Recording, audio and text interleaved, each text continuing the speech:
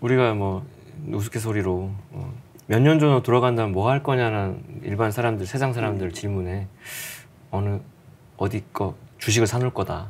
응? S 거를 주식을 사놓고 싶다. 이런 얘기를 하잖아요. 그때 나중에 거기가 뜰 줄 그 당시에는 몰랐다는 거죠. 지금 이 설총이 한국이 뜨고 뭐 태전이 뜨고 강씨로 오시고 요거를 그때 말을 했어도 사람들이 그때 여기다가 투자를 했겠냐. 근데 그렇죠. 이제는 이제 다 돌이켜봤더니 그때 그 말이 정말 띵언이었다. 정말 이제 엄청난 얘기였다는 건데 그 맥락에서 같은 맥락에서 그런 상제님이 조선에서 그러면 어느 지역에 탄광하실지에 대한 힌트까지 노골적으로 밝힌 예언서가 있는데 우리가 잘 아는 정감록입니다. 그래서 그 정감록에 대한 이야기를 한번 해볼 만하다고 생각이 드네요. 네, 뭐 저도 역사적으로 정감록이 우리나라의 정치와 문화에 상당한 영향을 끼쳤다는 걸로 알고 있는데요.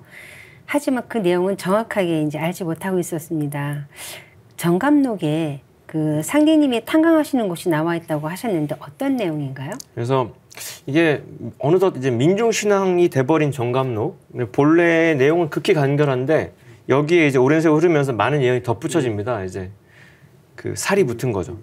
그래서 복근이 사라져 버려요. 그 골자가 그 식스팩이 안 보이는데 그 지방을 다 걷어내고 복근 그 식스팩만 찾아내면 골자가 3가지고요. 그 3가지는 질문과 답변으로 돼 있기 때문에 6가지 골자로 나와요. 그 식스팩을 말씀드리면은 이 3대 예언은 도의 경지에서 미래의 시간대와 연기의 비밀을 알고 전한 아주 수준 높은 예언인데 그 당시의 핵심 이벤트는 임진왜란, 그다음에 병자 호란. 일단 그 2가지부터 말씀을 드려볼게요. Q&A입니다. 사라자수호, 여인대화가 인부지라, 화라자수호, 18가공이라. 아주 심플해요. 뭐냐? 나를 죽이는 게 무엇이냐? 나를 살리는 게 무엇이냐? 병자호란은 이렇게 써 있습니다. 사라자수호, 우하횡산이 천부지라, 화라자수호, 부토는 온토니 정토하라. 짧은데 너무 어려워. 근데 이제 하나씩 풀어보면 이제 다 지나갔으니까 이제는 말할 수 있다는 거죠. 근데 예언의 구성을 보면 나를 죽이는 게 무엇인가?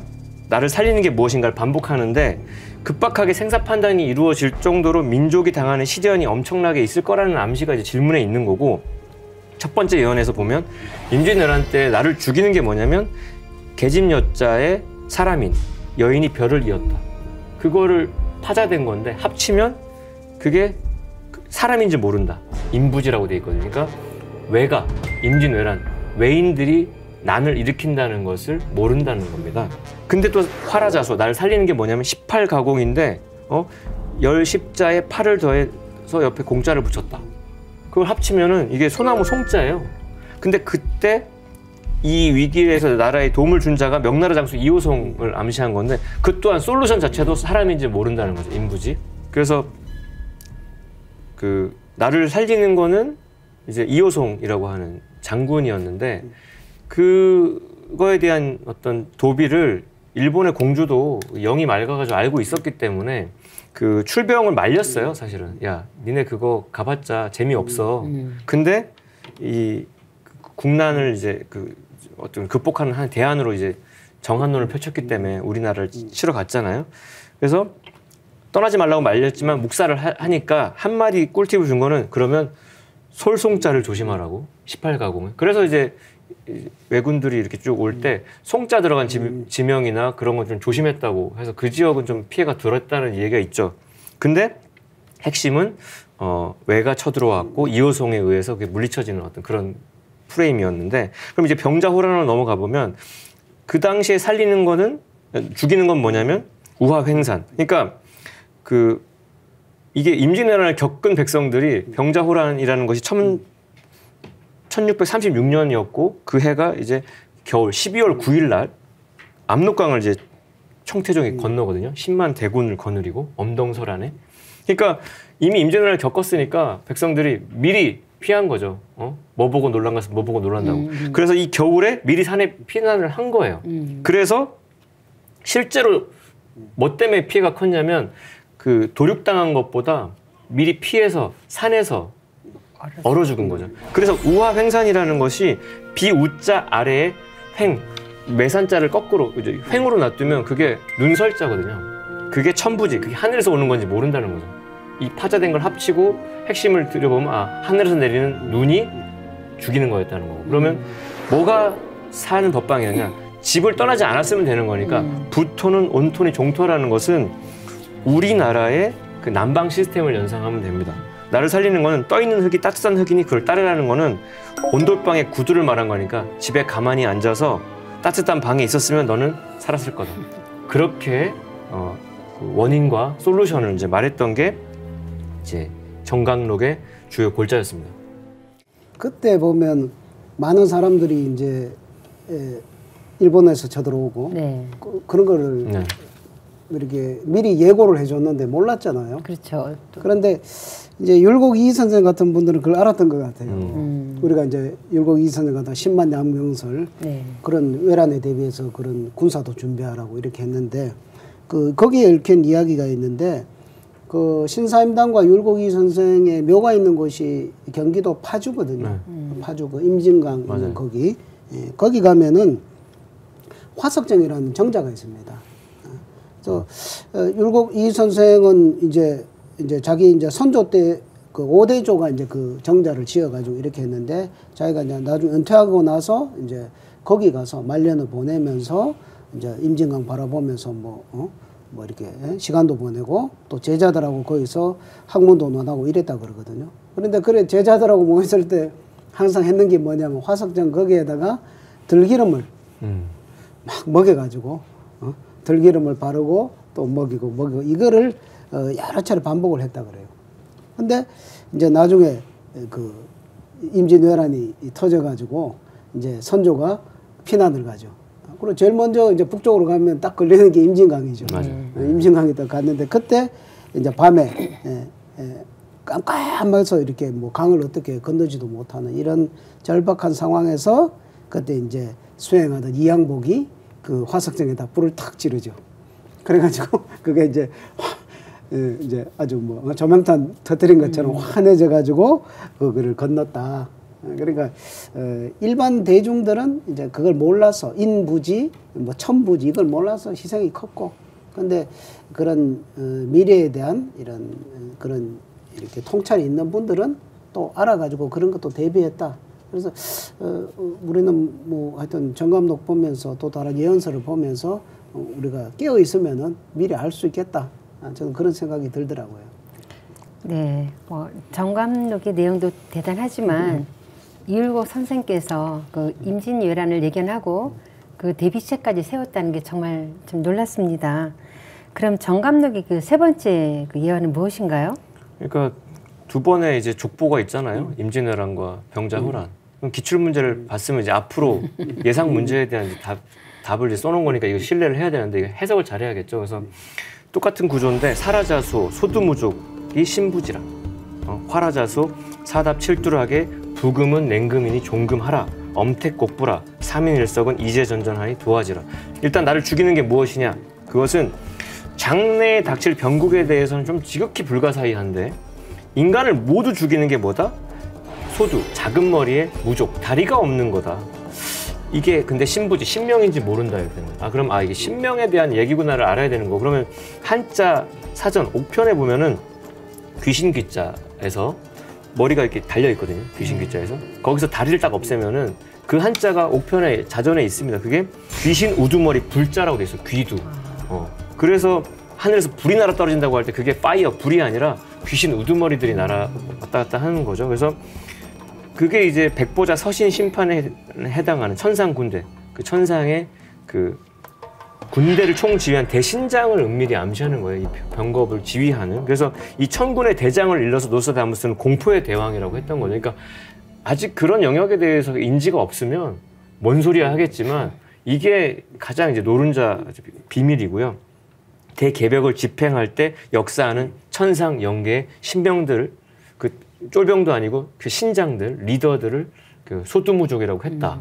그러면 뭐가 살 법방이냐?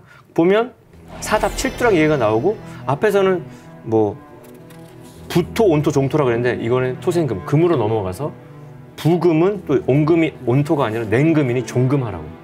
이게 뭐냐면 우리가 이제 진표율사 편에서 이제 알았던 그 금산사 창건에 대한 일화를 좀 상기를 해야 되는데 그 사답칠두락이라고 하면 전론 7두락인데요. 이게 금산산 미륵전에 모셔져 있는 미륵불상, 진표율사가 이게 도술로 금산산을 창건할 때 하늘의 신들이 이제 진표율사를 도와가지고 사방에서 불자들이 몰려들어서 그 안지를 퍼뜨린 다음에 그걸 낳으려면 그 연못을 스스로 메우자 해서 그러니까 거기에 모셔진 미륵부처는 땅에 디디고 있는 게 아니라 붕 떠 있는 거죠. 공중부양하고 있는 거예요. 근데 물 위에 떠 있고 금부처니까 냉금이죠. 그 미륵부처를 따르라는 얘기입니다. 그래서 믿없는 시루, 부금 위에 서 계신 금미륵불, 냉금을 따르라. 왜? 그 미륵부처님 인간으로 강세하니까 인간으로 강세하는 미륵부처의 도를 따르라는 메시지로 이해하시면 되고요. 근데 그분이 그럼 인간으로 오시는데 어디로 오냐? 엄택, 문득 택하는데 곡부라. 그 곡부가 전북 고부의 옛 이름이거든요. 그러니까 너무너무 노골적으로 네. 정답을 깠어요. 네. 그 다음에 3인 1석. 우리처럼 이렇게 3명이 하루 전에 모여 있는 건데 그건 합치면 닦을 숫자입니다. 누구 믿고가 아니라 이제는 영성의 시대, 내가 잘 닦아야지 되는 거고. 폐문자수. 그리고 궁극적으로 그 하나님의 도를 완성하는 곳은 이제전전. 이로움이 밭이 쌓여 있는 곳. 밭이 쌓이고 쌓이면 태전.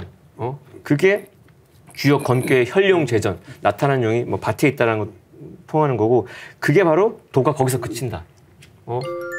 도라고 하는 건 최종 그 산의 산봉우리 최고 봉우리가 거기다. 거기를 좌표 찍고 목적지로 찍고 이제 가보라는 메시지로 이 최종 정감록을 이해하시면 되겠습니다. 우주의 조화조 하나님이신 등산 상제님께서 탄광하신 곳이 전라도 고북은 우덕면 갱망리이지 않습니까? 정말 상제님께서 그 탄광하실 곳까지 예언했다는 것이 신비할 따름입니다. 그리고 지금 말씀하셨듯이 사답칠두락과 그 부금, 냉금, 뭐 종금이 진표대성사의 미륵불 조성과 관련이 있다고 하셨는데요. 이에 대해서는 그 진표대성사의 생애를 다루었었죠. 예, 앞에서도 한번 다루었었죠. 네. 근데 이제 정감록에서 이제 임진왜란과 병자호란 이거는 지나갔죠. 네. 많은 희생자가 있었죠. 근데 앞으로 다가올 이 3번째 난국은 아직 안 왔죠. 그렇죠. 우리가 겪어야 되는 거예요. 맞아요. 그래서 지금은 이제 남의 이야기가 아니고 과거사가 아니고 현재사로서 우리가 이걸 알면 이제 신부지하면은 우리는 죽는 거고. 그렇죠. 그거를 이 진표율사 이야기를 제대로 알면 우리가 사는 거죠. 그래서 그 정감록 3번째 그 원문을 보면 이제 사답칠두락에 부금은 냉금이니 종금하라 이렇게 돼 있잖아요. 그러니까 전론 7두락. 전론 7두락. 그러니까 우리나라에 수많은 절이 있는데 어떤 절에 7두락의 연못이 있는 그 절을 찾아야 이 수수께끼 이걸 풀 수가 있거든요. 네. 이제 이게 진표율사 이야기, 이 이야기에 보면은 결국에는 진표율사께서 미륵부처님으로부터 도를 받고 나서 금산사로 내려와서 그 불상을 세우려고 이렇게 보니까 터가 없는 거예요. 그리고 거기에 마침 7두락의 연못이 있었는데 그것을 메꿔야 되겠다. 아주 뭡니까 여의도를 메꿔가지고 이렇게 하듯이 그렇게 이제 기발한 생각을 한 거죠. 그렇게 해서 이 사답칠두락에 얽힌 이야기. 그리고 그 메꾸다 보니까 다 메꿨는데 가운데는 안 메꿔지더라 이거죠. 숯을 집어넣어도 흘러내려가고.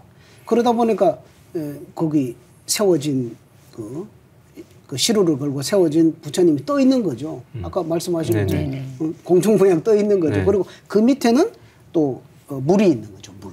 그래서 떠 있는 금부처 그리고 차가운 금부처.